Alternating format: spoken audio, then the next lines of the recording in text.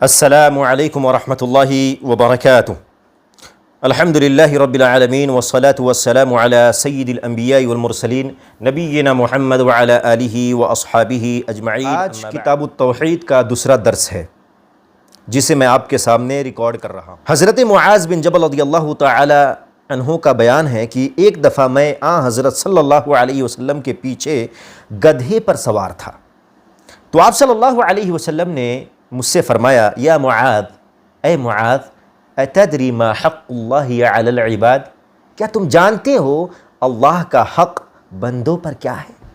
وما حق العباد علی اللہ، اور بندوں کا حق اللہ پر کیا ہے؟ اللہ کے نبی صلی اللہ علیہ وسلم سے حضرت معاذ بن جبل رضی اللہ تعالی عنہ نے فرمایا، اللہ ورسولہ اعلم، اے اللہ کے نبی، اللہ اور اس کے رسول بہتر جانتے ہیں۔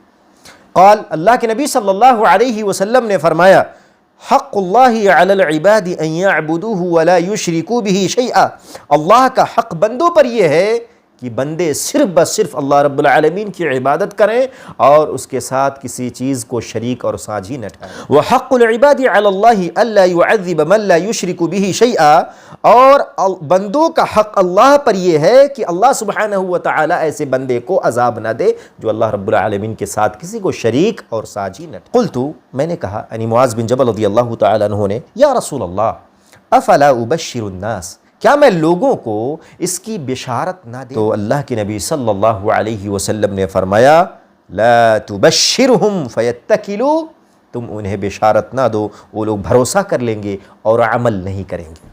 اس حدیث سے کیا پتہ چلتا ہے؟ اس حدیث سے سب سے پہلا سبق یہ ملتا ہے کہ اللہ رب العالمین کی عبادت کے ساتھ کسی بھی چیز کو شریک نہیں ٹھہرانا چاہیے۔ اس کا اگزامپل میں دیتا ہوں۔ کچھ لوگ ایسے ہیں جو نمازیں پڑھتے ہیں لیکن اس لیے پڑھتے ہیں تاکہ لوگ ان کی تعریف کریں، یا وہ نمازوں کو اتنی لمبی کرتے ہیں تاکہ لوگ انہیں دیکھیں کہ ماشاءاللہ تبارک اللہ بہت زیادہ خشوع اور خضوع کے ساتھ نماز پڑھ رہا ہے۔ یہ چیز ریا ہے، اللہ سبحانہ وتعالی اسے قبول نہیں کرے گا۔ یہ شرک خفی ہے، اس کی وجہ سے اللہ رب العالمین آپ کے اعمال کو ایکارت و برباد کر دے گا، یعنی اللہ رب العالمین کے لیے آپ عبادت نہیں کر رہے۔ تو سب سے پہلے یہ ہے شرک خفی، اور اس کے بعد شرک اکبر، یہ سب سے عظیم گناہ ہے۔ اگر کوئی مشرک ہے تو اللہ رب العالمین اس کی عبادت قبول ہی نہیں کرے گا۔ اللہ کے ساتھ شریک ٹھہراتے ہوئے عبادت ناقابل قبول ہوتی ہے، اس کا صفر فائدہ ہوتا ہے، کوئی فائدہ نہیں ہوتا۔ اور اسی طریقے سے اللہ رب العالمین نے ایسے بندے کو بشارت دی ہے جو اللہ رب العالمین کے ساتھ کسی کو شریک نہیں ٹھہراتا۔ اور اسی کے ساتھ ساتھ ایک چیز یہ بھی پتہ چل رہی ہے کہ اللہ رب العالمین کی توحید کو نافذ کرنے کے ساتھ ساتھ جنت میں جانے کے لیے عمل کرنا بہت ضروری ہے۔ عمل سے زندگی بنتی ہے، جنت بھی جہنم بھی۔ آپ جس طرح کا عمل کریں گے اسی طرح کا بدلہ اللہ تبارک و تعالی آپ کو عنایت کرے گا۔ کچھ مسائل ہیں اس باب سے متعلق جو میں آپ کے سامنے رکھنا چاہتا ہوں۔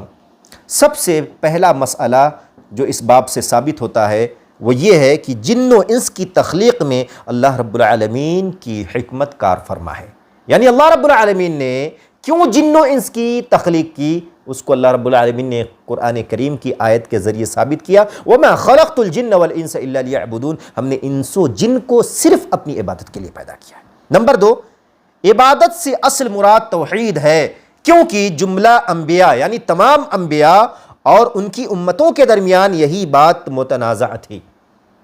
اللہ کو ایک مانتے تھے، لیکن جہاں توحید الوہیت کی بات آتی تھی، عبادت کی بات آتی تھی، اس میں شریک ٹھہرانے لگتے تھے، اللہ رب العالمین کے ساتھ شریک ٹھہراتے تھے، تو یہ متنازع تھی۔ نمبر 3، جو شخص توحید پر کاربند نہیں، اللہ تبارک و تعالی اس کی عبادت قبول نہیں کرے گا۔ یعنی آپ اگر اپنی عبادت کو قبول کروانا چاہتے ہیں تو سب سے پہلے آپ کو ایک موحد بننا پڑے گا، یعنی صرف اللہ کے لیے ہی عبادت کو خالص کرنا پڑے گی، تب جا کر کے اللہ رب العالمین آپ کو اس کا بدلہ دے گا۔ نمبر 4، بعثت انبیاء کی حکمت کا بھی پتہ چلتا ہے اللہ رب العالمین کی اس آیت سے، وَلَقَدْ بَعَثْنَا فِي كُلِّ أُمَّةٍ رَسُولًا أَنِ اعْبُدُوا اللَّهَ وَاجْتَنِبُوا الطَّاغُوتَ، ہم نے ہر امت کے اندر رسول بھیجے۔ 5واں، اللہ تعالیٰ کی طرف سے ہر امت کی طرف رسول بھیجے گئے، جیسا کہ میں نے آیت کی تلاوت بھی کی کہ اللہ رب العالمین نے ہر امت کے اندر رسول بھیجے اور سب کا مشن ایک تھا، وہ توحید، شرک سے بچانا، طاغوت کی عبادت سے لوگوں کو متنبع کرنا اور بچانا، یعنی اللہ تعالیٰ کے علاوہ جس بھی چیز کی عبادت ہوتی ہے وہ طاغوت ہے۔ نمبر 7، ایک بڑا مسئلہ یہ بھی معلوم ہوا کہ طاغوت کے ساتھ کفر اور اس کا انکار کیے بغیر اللہ تبارک و تعالیٰ کی عبادت ممکن نہیں، اور اسی معنی میں اللہ رب العالمین کا یہ فرمان ہے فَمَن يَكْفُرْ بِالطَّاغُوتِ وَيُؤْمِن بِاللَّهِ فَقَدِ اسْتَمْسَكَ بِالْعُرْوَةِ الْوُثْقَىٰ لَا انفصام لَهَا۔ جو شخص طاغوت کا انکار کرے اور اللہ تبارک و تعالیٰ پر ایمان لائے، در حقیقت اس نے ایسی مضبوط رسی کو تھام لیا جو ٹوٹنے والی نہیں۔ نمبر 8، جیسا کہ میں نے بتایا کہ طاغوت یعنی ہر اس چیز کو کہتے ہیں جس کی عبادت اللہ کے علاوہ کی جاتی ہے۔ نمبر 9، اس سے یہ بھی معلوم ہوا کہ سلف صالحین کے نزدیک سورہ انعام کی مذکورہ بالا 3 محکم آیات کی کس قدر اہمیت اور عظمت ہے۔ ان میں اللہ تبارک و تعالیٰ کی طرف سے بندوں کو 10 احکام اور ہدایات دی گئی ہیں کہ جن میں سب سے پہلے اللہ رب العالمین نے شرک سے ممانعت صادر کی ہے، توحید کو ثابت کیا ہے۔ قُلْ تَعَالَوْا أَتْلُ مَا حَرَّمَ رَبُّكُمْ عَلَيْكُمْ أَلَّا تُشْرِكُوا، یعنی اللہ رب العالمین کے ساتھ کسی کو شریک نہ ٹھہراؤ، یہ پہلی ہدایت ہے اللہ رب العالمین کی۔ نمبر 10، سورہ بنی اسرائیل، سورہ اسراء کی محکم آیات میں 18 مسائل بیان ہوئے ہیں جن کا آغاز اللہ تبارک و تعالیٰ نے اپنے اس آیت سے کیا ہے، لا تجعل مع اللہ الہا آخر فتقعد مذموما مخذولا، اللہ تعالیٰ کے ساتھ کوئی اور معبود نہ بنانا ورنہ ذلیل اور بے یار و مددگار ہو جاؤ گے اور بیٹھ جاؤ گے۔ اگر تم اللہ کے ساتھ کسی دوسرے کو معبود بنایا، کسی دوسرے کو الہ بنایا، تو پھر اللہ رب العالمین تمہیں چھوڑ دے گا۔ اسی طریقے سے ان مسائل میں سب سے پہلے اللہ رب العالمین نے توحید کو حیثیت دی ہے اور اختتام کس پر کیا؟ وَلَا تَجْعَلْ مَعَ اللَّهِ إِلَٰهًا آخَرَ فَتُلْقَىٰ فِي جَهَنَّمَ مَلُومًا مَدْحُورًا، اور اللہ کے ساتھ کوئی دوسرا معبود نہ بنا لینا کہ ایسا کرنے سے ملامت زدہ اور اللہ کے دربار سے رادہ بنا کر جہنم میں ڈال دیے جاؤ گے، یعنی اللہ تعالیٰ دھتکار دے گا اگر تم کسی دوسرے کو معبود بناؤ گے اور کسی دوسرے کو الہ بناؤ گے۔ اللہ تبارک و تعالیٰ نے ہمیں ان مسائل کی اہمیت پر تنبیہ کرتے ہوئے ارشاد فرمایا ذَلِكَ مِمَّا أَوْحَى إِلَيْكَ رَبُّكَ مِنَ الْحِكْمَةِ، یہ ان دانائی کی باتوں میں سے ہیں جو آپ صلی اللہ علیہ وسلم کے رب نے آپ صلی اللہ علیہ وسلم کی طرف وحی کی ہے۔ نمبر 11، سورۃ النساء کی وہ آیت جو حقوق اشارہ کی آیت کہلاتی ہے، اس کا بھی آغاز اللہ تبارک و تعالیٰ نے اپنے توحید بھرے الفاظ سے کیا ہے، وَاعْبُدُوا اللَّهَ وَلَا تُشْرِكُوا بِهِ شَيْئًا، اللہ کی عبادت کرو، اس کے ساتھ کسی دوسرے کو شریک نہ ٹھہراؤ۔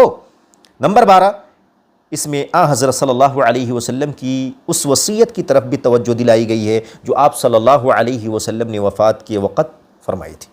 نمبر 13، ہمارے ذمہ اللہ کا حق کیا ہے، یہ میں نے بتایا، ابھی میں نے آپ کے سامنے بتایا ہے۔ نمبر 14، اور بندے جب اللہ تعالیٰ کا حق ادا کریں تو ان کا اللہ تعالیٰ پر کیا حق ہے، یہ بھی میں نے آپ کو بتایا۔ حدیث مذکور میں بیان شدہ مسئلہ کا اکثر صحابہ کو علم نہ تھا۔ اللہ کے نبی صلی اللہ علیہ وسلم نے حضرت معاذ کو بتایا اور حضرت معاذ رضی اللہ تعالیٰ عنہ کے توسط سے یہ حدیث عام ہوئی، سب کو پتہ نہیں تھا۔ اسی طریقے سے کسی مسلمان کو ایسی خبر دینا مستحب ہے جس سے وہ خوش ہو، یعنی جائز خبر دینا چاہیے، جو مستحب خبر ہو تو اس سے خوش ہو جائے۔ اللہ تبارک و تعالیٰ کی رحمت کی وسعت پر بھروسہ کر کے عمل ترک کرنے سے ڈرنا چاہیے کہ آپ اللہ تعالیٰ پر ایمان رکھتے ہیں، اللہ کی توحید کو نافذ کرتے ہیں، آپ شرک سے بچتے ہیں، لیکن کیا آپ عمل نہیں کریں گے؟ عمل کرنا پڑے گا، جنت میں جانے کے لیے عمل کرنا پڑے گا۔ اگر آپ عمل نہیں کریں گے تو جنت میں جانے سے شرک سے بچنے کے ساتھ توحید کو نافذ کرنے کے ساتھ عمل کرنا یہ بہت ضروری ہے۔ اسی طریقے سے کسی کو علم سکھانا اور کسی کو محروم رکھنا بھی بسا اوقات جائز ہے۔ اللہ کے نبی نے سب سے پہلے معاذ بن جبل کو سکھایا، ایسا بھی ہو سکتا تھا تمام صحابہ کرام کو ایک ساتھ بٹھا کر کے سکھاتے، لیکن یہ مصلحت کے تحت کبھی کبھی ایسا جائز ہے۔ اس حدیث سے حضرت صلی اللہ علیہ وسلم کی تواضع اور انکساری کا بھی پتہ چلتا ہے کہ آپ صلی اللہ علیہ وسلم جلیل القدر ہونے کے باوجود گدھے پر سوار ہوئے اور اپنے پیچھے ایک دوسرے شخص کو بھی سوار کیا۔ اس سے حضرت معاذ بن جبل رضی اللہ تعالیٰ عنہ کی فضیلت بھی ثابت ہوتی ہے۔ اسی طریقے سے بھی ثابت ہوتا ہے سواری پر اپنے پیچھے کسی دوسرے کو بٹھا لینا بھی جائز ہے۔ اگر آپ کسی کو دیکھ رہے ہیں جو بے یار و مددگار جا رہا ہے، جس کے پاس سواری نہیں ہے، آپ چاہتے ہیں خیر کا کام کرنا تو آپ اسے بٹھا سکتے ہیں، لیکن آج کل فراڈ بہت ہو رہا ہے، اس لیے احتیاط بہت ضروری ہے۔